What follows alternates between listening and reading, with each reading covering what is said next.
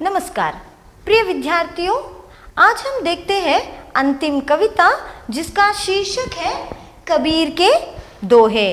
इसके कवि हैं कबीरदास।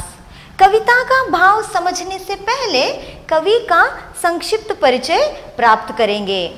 हिंदी साहित्य के मध्यकाल के जो भक्तिकाल होता है उसमें निर्गुण काव्यधारा के संत कवि कबीरदास जी का जन्म 1398 ईस्वी में काशी में हुआ। नीरू एवं नीमा नामक एक मुसलमान जुलाह दंपति ने उनका पालन पोषण किया। कबीर वाणी के डिक्टेटर थे। वे अनपढ़ थे किंतु आत्मज्ञानी थे। कुछ लोग उन्हें रमानंद का शिष्य मानते हैं और एक मत उन्हें सूफी सिद्धांत के प्रतिपादक शेख ताकी का शिष्य मानता है। सहजता और निर्भीकता उनके काव्य का मुख्य गुण है। उनकी वाणी में समाज सुधार की भावना कूट कूट कर भरी है। उनकी रचनाएं 3 भागों में विभक्त है। साकी सबद रमैनी जो बीजक नामक ग्रंथ में संकलित है। और कबीर की जो भाषा है प्रायः किचड़ी भाषा या साधुकड़ी भाषा कहा जाता है, जिसमें ब्रज, अवधी, राजस्थानी, अरबी, फारसी, उर्दू आदि के शब्द पाए जाते हैं। कबीर के जो सबसे महत्वपूर्ण यानी सबसे धर्मदास जी नामक एक शिष्य ने बीजक का संग्रह किया था। प्रस्तुत जो दोहे हैं उसमें कबीरदास जी ने सदाचार, परोपकार, वाणी की मधुरता, साथ ही साथ सच्ची और सरल भक्ति पर प्रकाश डाला है।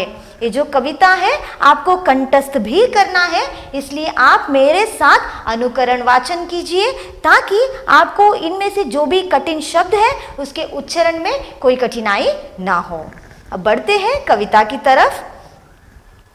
अच्छे गुण स्वभाव से मनुष्य को मान सम्मान की प्राप्ति होती है। बुराई से परस्पर स्नेह भाव बढ़ नहीं सकती।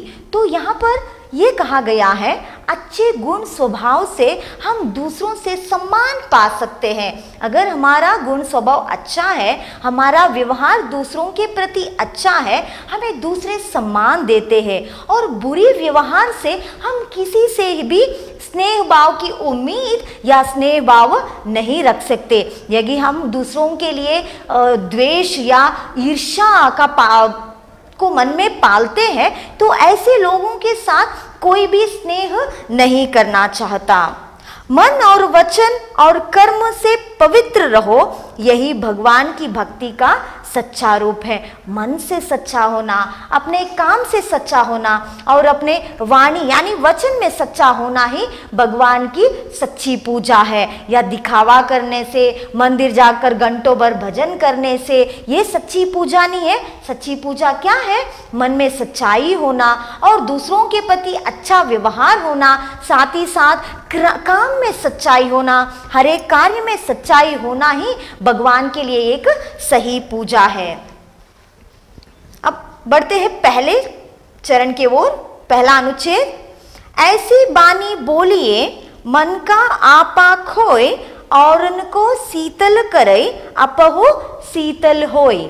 तो आपको ये कविता के हर एक शब्द यानी समझने में दिक्कत होगी, क्योंकि जैसे मैंने पहले ही कहा कबीरदास की जो भाषा है वो किचड़ी भाषा या साधुकड़ी भाषा कहा जाता है, जिसमें अवधी, फारसी, अरबी, उर्दू के शब्द सम्मिलित है। इसलिए इनके सारे शब्दों को समझने में थोड़ी बहुत दिक्कत होगी। ऐसी बानी, बानी का मतलब है वचन या बोली, बातें। बानी का मतलब है वचन यानी बातें। मन का आपा खोए, आपा का मतलब है अहंकार यानी घमंड। और उनको शीतल करे अपहु शीतल होए, शीतल मतलब ठंडा होना, शांत करना। ऐसी बानी बोलिए मन का आपा खोए, बानी का मतलब है वचन। तो यहाँ पर कबीर कहते हैं ऐसे वचन बोलिए, ऐसी बातें बोलिए, मन का आपा, आपा का मतलब है अहंकार, मन का जो अहंकार है वो दूर हो जाए। औरन को शीतल करे अपहु शीतल हो। जब आप अच्छी बातें करते हो, आप भी एकदम ठंडा शांत रहते हो, अब जो आपकी बातें जो सुनता है वो भी अच्छा महसूस करता है। तो यहाँ पर कबीरदास जी कहते हैं, जब भी आप बातें बोलोगे, जिस प्रकार की वाणी आप बोलोगे, वो हमेशा अच्छा होना चाहिए, मधुर हो जाना चाहिए, जिससे सामने वाले का खुद का अहंकार भी दूर हो जाए और सामने वाले का जो मन भी शीतल हो जाए, यानी उसके मन भी शांत हो। मैं दोहरा देती हूं, ऐसी बानी बोलिए मन का आपा खोए। ऐसी बानी, बानी का मतलब है वचन, बानी का मतलब है वचन, बातें। ऐसी बानी बोलिए, आपा का मतलब है अहंकार, घमंड। औरन को सिद्ध, औरन मतलब दूसरों को, औरन मतलब दूसरों को। मन का आपा खोए मतलब गवाना, खोना मतलब गवाना। औरन को शीतल करे अपहु शीतल होए, दूसरों को भी शीतल करे और खुद भी शांत हो जाए। तो इस दो पंक्ति है, इन दोनों पंक्तियों का भाव कैसा हो सकता है? कुछ इस प्रकार है। कबीर कहते हैं हमें हमेशा सदैव मधुर वाणी ही बोलना चाहिए, बहुत अच्छा व्यवहार करना चाहिए लोगों से, ताकि आपके मन के अंदर का अहंकार भी निकल जाए। खो जाना मतलब निकल जाना। और उनको शीतल करे, जब आप अच्छे बातें करोगे, मधुर बातें करोगे, सामने वाले सुनने वाले का मन भी शांत रहता है और आपका मन भी शांत होता है। अक्सर हम ये देखते हैं, यदि हम दूसरों के प्रति हमारे मन में घृणा रखते हैं, यदि दूसरों के प्रति हमारे मन में ईर्ष्या पालते हैं, हम खुद भी एकदम से, हमें भी अच्छा नहीं लगता, हम भी कुछ अच्छा महसूस नहीं करते, हम भी एकदम से बुरा महसूस करने लगते। वो सामने वाला भी आपके लिए अच्छा महसूस नहीं करता, आप भी अंदर से कुछ अजीब सा महसूस करते हो। लेकिन यदि आप अंदर से बहुत ही सच्चे हो, हर किसी के प्रति आपके मन में वो गौरव है, वो प्यार है, तो आप अंदर से भी बहुत ही शांत महसूस करोगे, बहुत ही अच्छा महसूस करोगे। आप अपने मन में जो घमंड है वो भी नहीं आएगा और सामने वाला भी आपकी बातें सुनकर, आपकी अच्छी बातें सुनकर वो भी शांत महसूस करता है, वो भी अच्छा महसूस करता है। तो इन पंक्तियों में कबीर क्या कहते हैं? वो मधुर वचन के महत्व का वर्णन करते हैं। वो ये कहते हैं हमें हमेशा अच्छी बातें करनी चाहिए, मधुर वचन ही बोलना चाहिए। तो क्या होता है? मन के अंदर को जो घमंड है वो निकल जाता है। अच्छी बातें करने से मन के अंदर जो भी घमंड है वो निकल जाता है और अच्छी बातें सुनने से सामने वाले का मन भी शांत रहता है और आपका मन भी एकदम शांत हो जाता है। इसलिए हमें क्या करना है? हमेशा अच्छी बातें करनी चाहिए, मधुर वचन ही बोलना चाहिए, किसी से भी बुरा व्यवहार कभी नहीं करना चाहिए। अब अगला अनुच्छेद, साच बराबर तप नहीं, झूठ बराबर पाप, जाके हृदय साच है, ताके हृदय आप। साच का मतलब है सच, साच का मतलब है सच, बराबर यानी समान, उस जैसा, बराबर का मतलब है समान, उस जैसा, तप यानी तपस्या। जाके हृदय साच है, ताके हृदय आप। हृदय का मतलब है दिल, हृदय, हृदय का मतलब है दिल यानी हृदय। तो यहाँ पर क्या है? साच का मतलब सच, बराबर यानी समान, तप का मतलब है तपस्या, जाके मतलब जिसके। साच बराबर तप नहीं, झूठ बराबर पाप। यहाँ पर कबीरदास मानव जीवन में सदाचार का वर्णन करते, वो क्या कहते हैं? सच के बराबर कोई तपस्या नहीं और झूठ के बराबर कोई पाप नहीं, क्योंकि सच बोलना एक तपस्या के समान है। क्योंकि कभी कभी सच बोलने से हमारा नुकसान हो सकता है, हमें तकलीफ पहुंच सकता है, लेकिन जो इंसान इन सारे मुश्किलों से परे, यानी इन सारे चीज़ों को झेलते हुए भी सच बोलता है, वो एक तपस्या के समान है। हमने सुना है सत्य हरिश्चंद्र की कहानी सुना है, गांधी जी के बारे में हमने पिछले बार पाठ पढ़ा था, किस प्रकार से उन्होंने सच बोला था। आपने देखा किस प्रकार से स्कूल के याद होगा आपको उस पाठ में क्या कहा था मैंने, कैसे आपने पढ़ा भी है, किस प्रकार से स्कूल में निरीक्षण के लिए कुछ अधिकारी आए थे और गांधी जी को 5 शब्द लिखने के लिए कहे, लेकिन गांधी जी को कौन सा शब्द लिखना नहीं आया, कैटल, इस शब्द के हिज्जे यानी स्पेलिंग उन्हें लिखना नहीं आया। अध्यापक ने उन्हें इशारा करके समझाया भी था कि पास में जो लड़का बैठा है उसका देखकर ठीक कर लो, लेकिन गांधी जी ने ऐसा नहीं कहा। वो कभी भी झूठ नहीं बोलते, वो कभी भी बुरा व्यवहार नहीं करते, इसलिए उन्होंने क्या किया, उन्होंने वो हिज्जे गलत ही लिखे, उन्हें नहीं पता था, उन्होंने गलत लिखा, उन्होंने दूसरों के हिज्जे देखकर अपना हिज्जे ठीक नहीं किया। इस वजह से उन्हें मूर्ख माना गया, उन्हें बुरा भी लगा, लेकिन उन्होंने सच का साथ नहीं छोड़ा। तो यहाँ पर कबीरदास वही कहते हैं, सच बोलना एक तपस्या के समान है। कभी कभी सच बोलने से हमें डांट पड़ सकता है, हमें बुरा लग सकता है, लेकिन फिर भी जो भी इंसान सच बोलता है वो हमेशा अच्छा इंसान होता है, सदाचार का पालन करने वाला इंसान होता है।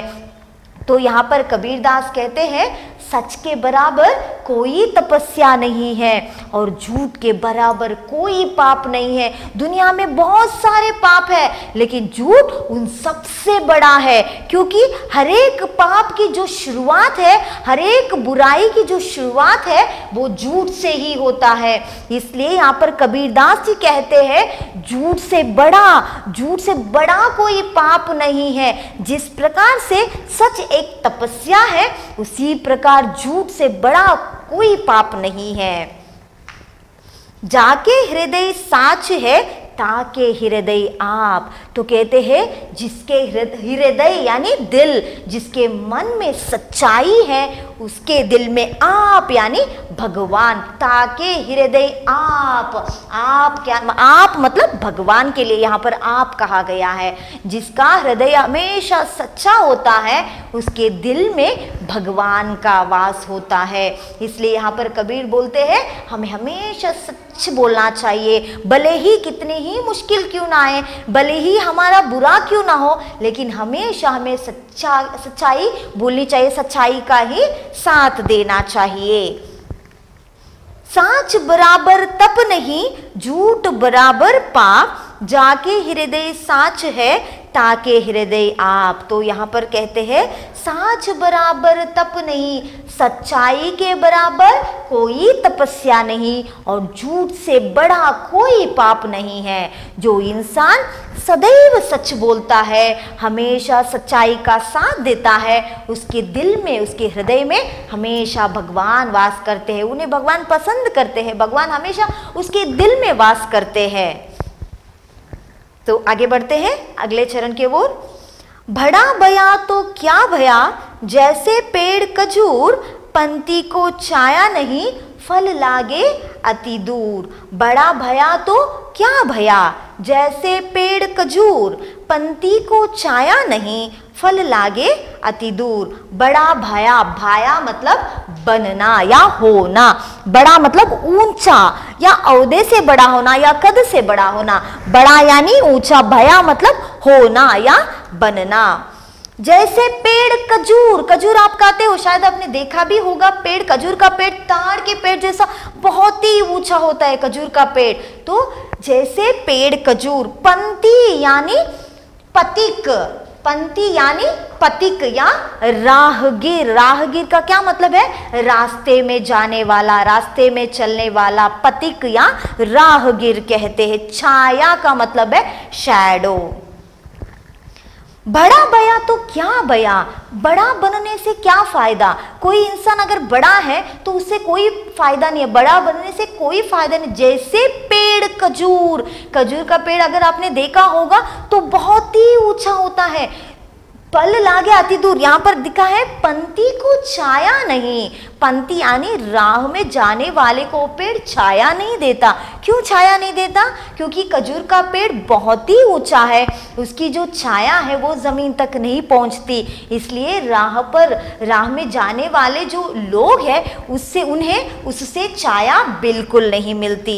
फल लागे अति दूर, खजूर के पेड़ में जो फल लगते हैं वो भी बहुत ही दूर होता है, इस वजह से कोई उसे तोड़कर खा भी नहीं सकता।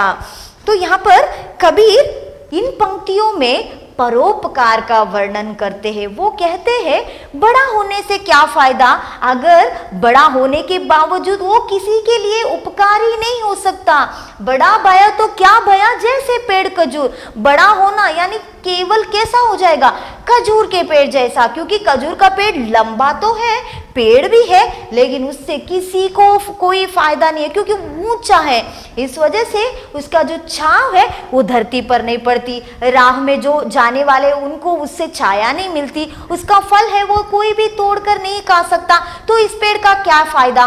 उसी प्रकार इंसान भी अगर बहुत बड़ा है, पैसों से बड़ा है, औहदे से बड़ा है, लेकिन वो अपने पैसों का या अपने औहदे का दूसरों को उपकार करने के लिए वो इस्तेमाल नहीं करता, उपयोग नहीं करता, तो उसका बड़ा होने से क्या फायदा। यहाँ पर एक रहीम के दोहे भी मैं कहना चाहूंगी, दनी रहीम जल पंक को लघु जिय पियत अघाय, उदधी बड़ई कौन है जगत पियास हो जाए। यहाँ पर रहीम ने भी कहा है, क्या कहा है, उन्होंने कहा है जो कुआं होता है, सरोवर होता है और छोटे मोटे जो जलाशय होते हैं, भले ही उसमें कीचड़ होते हैं, भले ही उसमें थोड़ा सा पानी होता है, लेकिन उसका पानी पीकर छोटे मोटे जीव जंतु या इंसान अपना प्यास बुझा सकते हैं, किंतु सागर समुद्र बहुत बड़ा है, उसमें बहुत सारा पानी है, लेकिन उसका पानी किसी का प्यास नहीं बुझा सकता। क्यों नहीं बुझा सकता? क्योंकि सागर का पानी नमकीन होता है, इसलिए सागर के पानी से कोई अपना प्यास नहीं बुझा सकता।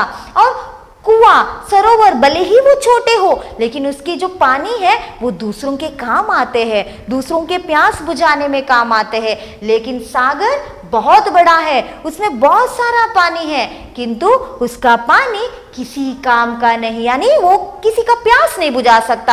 आप समुद्र के पास गए हो, कभी प्यास लगे तो क्या आप समुद्र का पानी पी सकते हैं? बिल्कुल नहीं, क्योंकि वो नमकीन होने की वजह से वो किसी का प्यास नहीं बुझा सकता।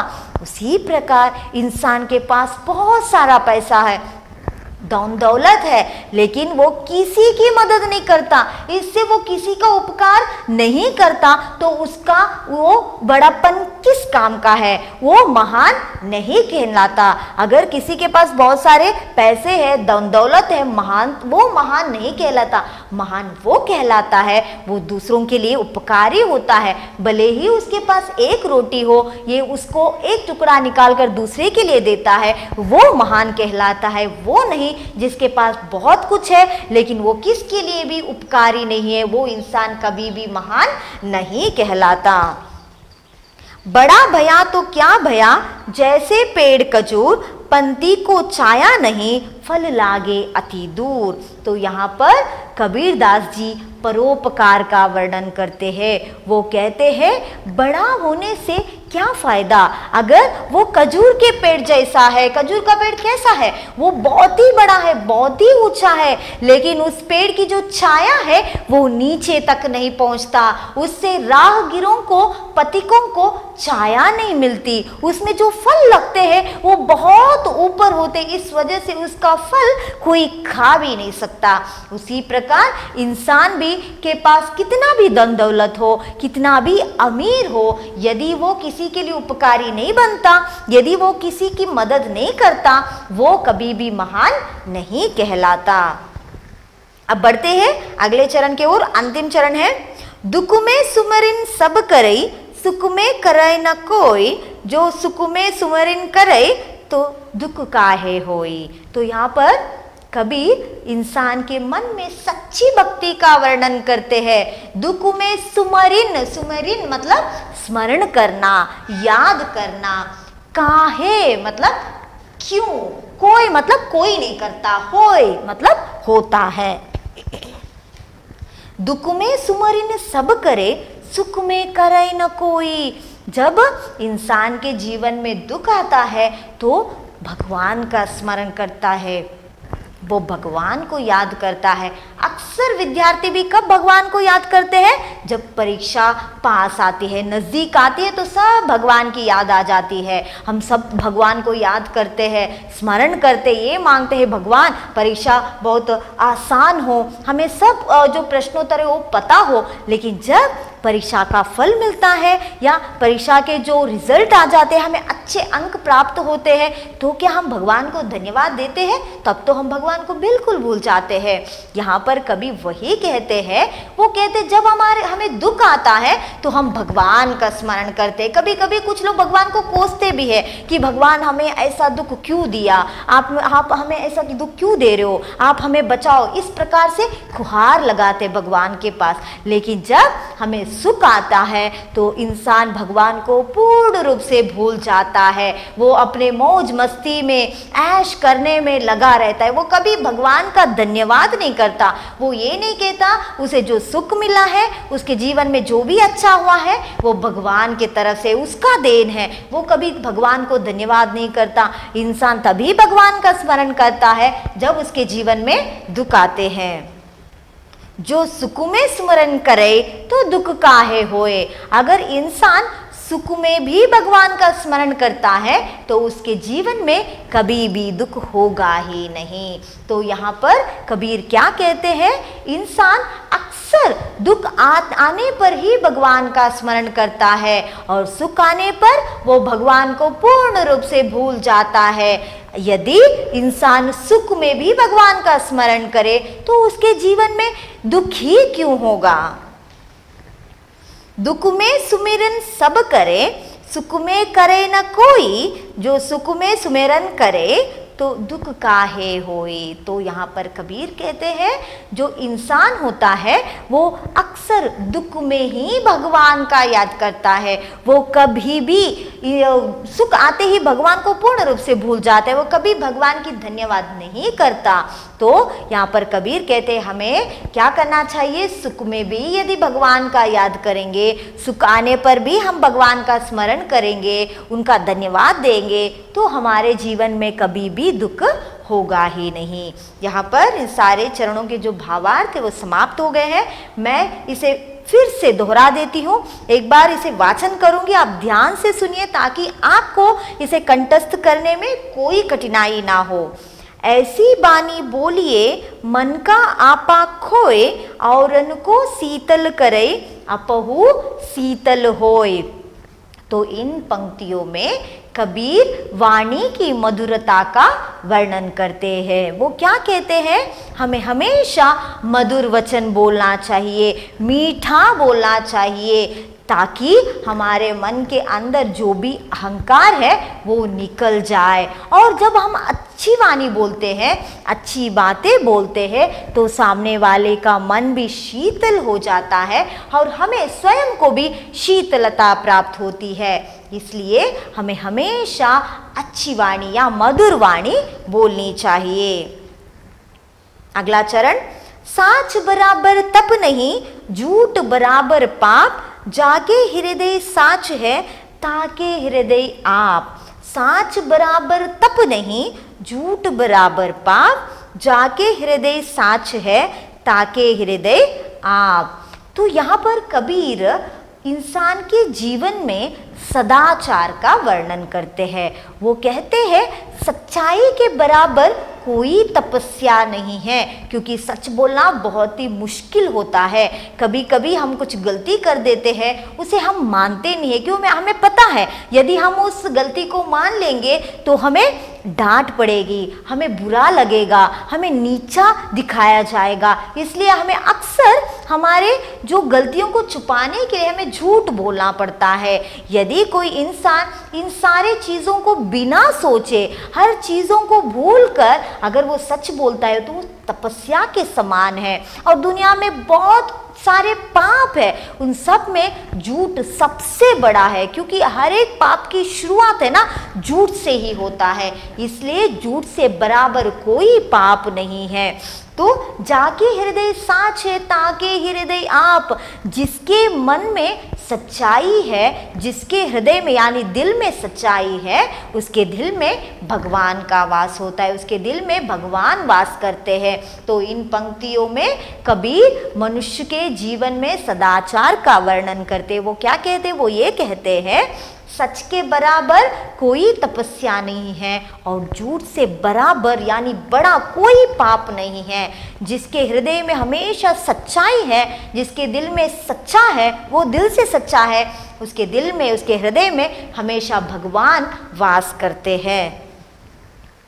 बड़ा भया तो क्या भया, जैसे पेड़ खजूर, पंक्ति को छाया नहीं, फल लागे अति दूर।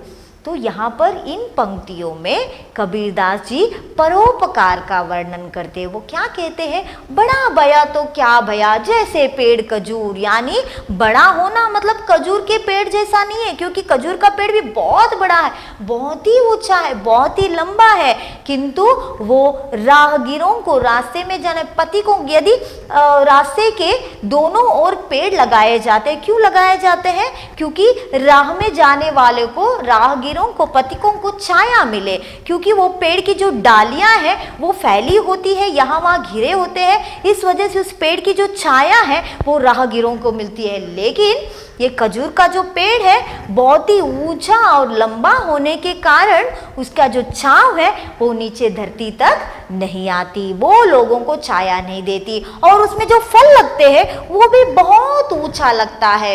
इसलिए इस वजह से यहाँ पर जो उसका जो फल है वो लोगों को नहीं मिलता। वहाँ पर कबीर कहीं और एक जगह पर कहा है उन्होंने, आम का पेड़, उसमें कितने मीठे मीठे फल लगते हैं, उन मीठे फलों को देखते ही लोग उस पेड़ पर पत्थर फेंकते हैं, लेकिन आम का पेड़ कभी भी बुरा नहीं मानता। वो ये नहीं बोलता आप लोग मुझे पत्थर फेंक रहे हो, मैं एक भी आम आप लोगों को नहीं दूंगा, मैं खुद खा लूंगा। क्या आम का पेड़ कभी भी आम खुद खाता है? नहीं, वो आम दूसरों के लिए देता है। वो कितना पत्थर अपने ऊपर खाता है उतना ही मीठा फल दूसरों को देता है, यानी परोपकारी है। आम के पेड़ को परोपकारी माना जाता है। पता है क्यों?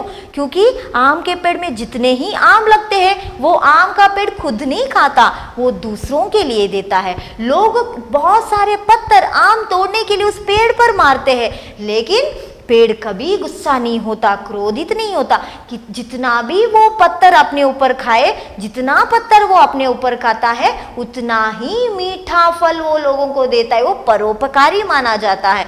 लेकिन यहाँ पर खजूर के पेड़ कितना भी लंबा क्यों ना हो, कितने भी फल उसमें क्यों ना लगे, लेकिन वो दूसरों के लिए उपकारी नहीं है।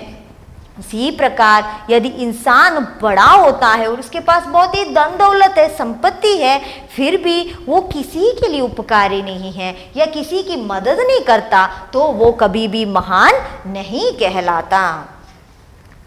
अंतिम चरण, दुख में सुमिरन सब करे, सुख में करे न कोई, जो सुख में सुमिरन करे तो दुख काहे होई। तो इन पंक्तियों में कबीर सच्ची या सरल भक्ति का वर्णन करते हैं। यहाँ पर पहले भी हमने देखा, कहा गया वाणी में, कार्य में, व्यवहार में जिस इंसान की सच्चाई हो वो ही भगवान के लिए सही मायने में पूजा होती है। तो यहाँ पर कहते दुख में लोग हमेशा भगवान का स्मरण करते हैं, किंतु सुख आने पर वो भगवान को भूल जाते हैं। यदि इंसान सुख के समय भी भगवान का स्मरण करे तो उनके जीवन में कभी भी दुख होगा ही नहीं। तो यहाँ इन सारे पंक्तियों का भावार्थ समाप्त हो गए हैं। उम्मीद है इन सारे पंक्तियों का भाव आपको भलीभांति समझ में आ गया है और ये सारे पंक्तियाँ आपको पढ़कर कंठस्थ भी करना है। इस वीडियो को अंत तक देखने के लिए और इसे समझने के लिए धन्यवाद।